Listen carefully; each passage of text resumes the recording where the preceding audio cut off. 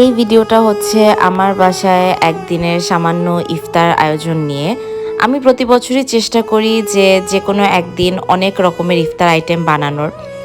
তো এখানে একটা ভিডিও হচ্ছে আমি প্রপারলি নিতে পারিনি বা করতে পারিনি, কারণ সকাল থেকে এত বেশি ব্যস্ত ছিলাম যে কাজের মধ্যে আসলে একটাও ভিডিও করা হয়নি। তো সারাদিন পর একদম শেষ বিকালের দিকে যখন মোটামুটি সব গুছানো শেষ, শুধু ভাজাভুজিটা বাকি, তখন দিদিকে বললাম যে এবার তুমি একটু কাজগুলো করো আর আমি একটু ছোট ছোট করে ক্লিপ নেই।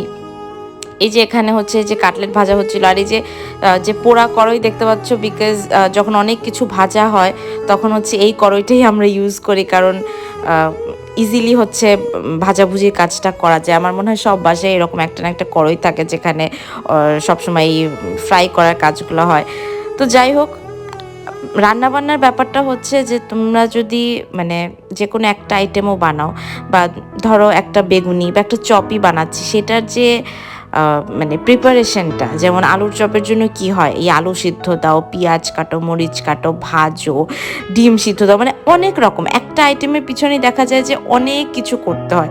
তো সেখানে যখন এরকম 8টা 9টা আইটেম বানানো হয়, তো তখন যে কি পরিমাণ ঝামেলা। আমি এখানে আমার মনে আছে যে আমি কাজ শুরু করেছিলাম সকাল 8টার দিকে, এবং তখন বাজে হচ্ছে প্রায় বিকাল 4:30। তখন হয়তো কাজ প্রায় হচ্ছে গুছাতে পেরেছি, এবং অবশ্যই আমার সাথে আমার দিদি থাকে, মা থাকে, তাই অসুবিধা হয় না। কিন্তু আজকাল আমি এই যে আমাদের মায়েদের যে প্রতিদিন রান্নার যে ঝামেলাটা, এটা আসলে খুব ফিল করতে পারি, এবং মাদেরকে স্যালিউট যে প্রতিদিন এরা হচ্ছে রান্না করে, এত কষ্ট করে।